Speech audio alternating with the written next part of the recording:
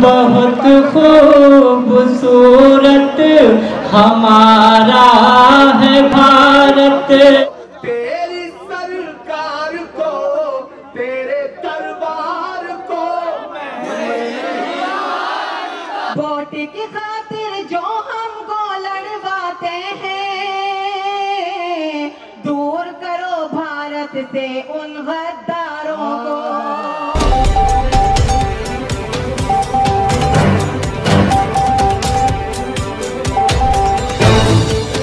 सवेरा news network को like करें, subscribe करें और बेल आइकन दबाना ना भूलें।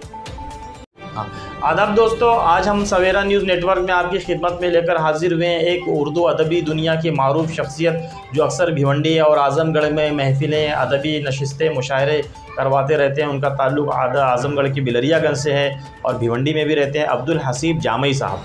तो जामई साहब, आपका बहुत इस्तकबाल है और आपसे ये जानना चाहेंगे कि लॉकडाउन से जहाँ अदब मईशत को, इल्मी दुनिया को, तालीमी दुनिया को, गोया के हर शय को नुकसान पहुँचा है, हर विजय, तो इसमें क्या अदबी फील्ड को, अदब को, शेर व शायरी को, नशिस्तों को, महफिलों को, मुशायरों का भी नुकसान हो रहा है इससे? बात यह है कि जो आपने सवाल किया कि इस पूरे लॉकडाउन में जहाँ पे माशियात का नुकसान हो, सारी चीज़ों का नुकसान हो रहा है, अदब का क्या नुकसान है। और यकीनन ये जो जिन लोगों की खुराक थी अदब, जिन लोगों की शायरी खुराक थी या जो फीडिंग लेते थे या देते थे, जो भी, उन लोगों का भरपूर नुकसान है। बड़े बड़े शोरा जो इस वक्त जो है बैठे हुए हैं अपने घरों में, लोग जो है जिनका शौक था, जिनका ज़ौक़ था, वो इस तरीके से नहीं कर पा रहे हैं और इस तरह से कसम पुरसी में मुब्तला है कि भी कब वो मौका आएगा जब हम उस तरीके की खुराक वापस ले पाएंगे या अदबी महफिलें हम सजा पाएंगे या वो उनकी रौनक बन पाएंगे।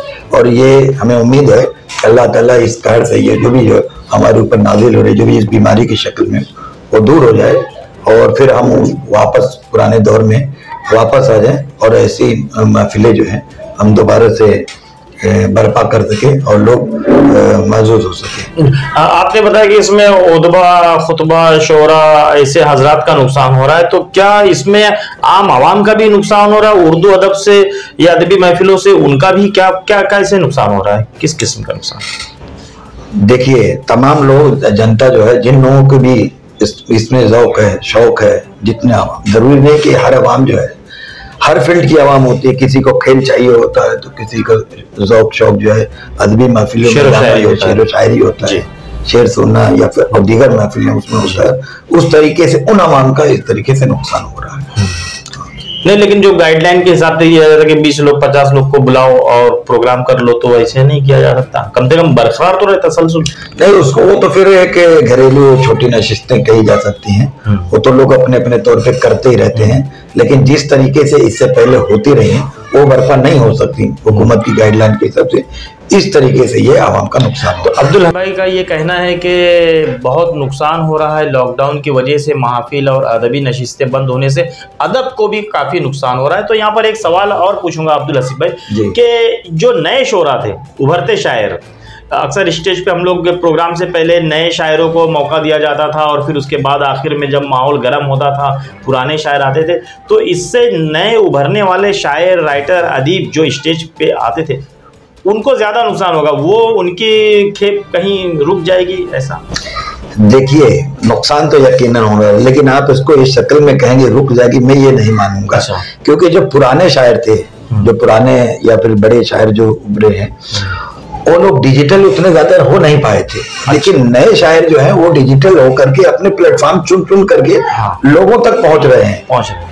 हर आदमी एक अल्टरनेट के वो गुंजाइश रखता है, अगर वो नहीं तो ये बैकअप होता, तो बैकअप की शक्ल में डिजिटल दुनिया, सोशल मीडिया की दुनिया उनके पास है, जो पहुंच रहे हैं और लोग उनको अपने पास इस तरीके से ला पा रहे हैं। मतलब डिजिटल दुनिया से नए शोरा का फायदा उठा रहे हैं और फायदा उठाना चाहिए। YouTube, digital channel, social media से नए शोरा अपना जो है कलाम और अपना हुनर लोगों तक पहुंचाएं। तो डिजिटल से एक आखिरी बात याद आई कि ये जो मुशायरे, ऑनलाइन मुशायरे भी हो रहे हैं, अमेरिका, जर्मनी, सऊदी, दुबई और हिंदुस्तान से शोरा बैठते हैं, तो ये जो स्टेज प्रोग्राम बंद है, तो ऑनलाइन मुशायरे भी क्या सक्सेसफुल हैं? लोग पसंद कर रहे हैं इसको?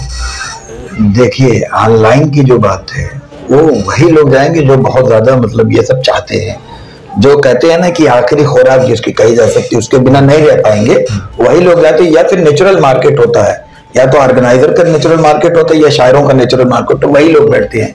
इसमें भरपूर आवाम नहीं आ पाती। लेकिन कुछ ना से कुछ तो बेटर। हाँ, something is better than nothing. तो आप क्या कहना चाहेंगे कि जो लोगों का शौक है, और आपकी काफी महफिलों में मैं भी आया हूँ, कई सारी किताबों का, शेरी मजमूओं के कलाम का आपने रईस में उर्दू बसेरा हॉल में इफ्तिताह भी करवाया, रस्म इजरा प्रोग्राम भी। तो उर्दू के शौकीन और अदब के शौकीन, शेर व शायरी के शौकीन हजरात से जो इस वक्त मायूस हैं, क्या मैसेज देना चाहेंगे आप?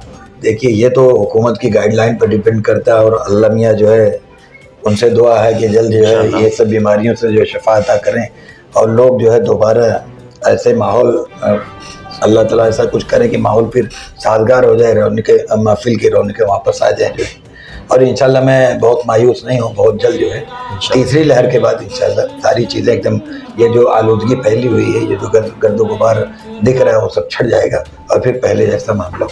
बहुत बहुत शुक्रिया अब्दुल हसीब जामई साहब। अब्दुल हसीब जामई साहब बता रहे थे कि लोग मायूस ना हो, बल्कि तीसरी लहर बहुत जल्द छटने वाली है, और जैसे ही तीसरी लहर का खात्मा होगा, वो एक अच्छी सी नशिस्त भिवंडी में शेरी नशिस्त का फिर से इनेकाद करेंगे। लेकिन उन्होंने यहाँ एक अच्छी बात कही कि हम इसके लिए ना बैठे कि स्टेज बंद है, माहौल बंद है, प्रोग्राम बंद है, बल्कि यूट्यूब और सोशल मीडिया का सहारा लेकर अपनी अंदर की सलाहियत को आवाम तक पहुँचाने की कोशिश करें। उदबा, शोरा और खुतबा हज़रात, बहुत शुक्रिया, आदाब।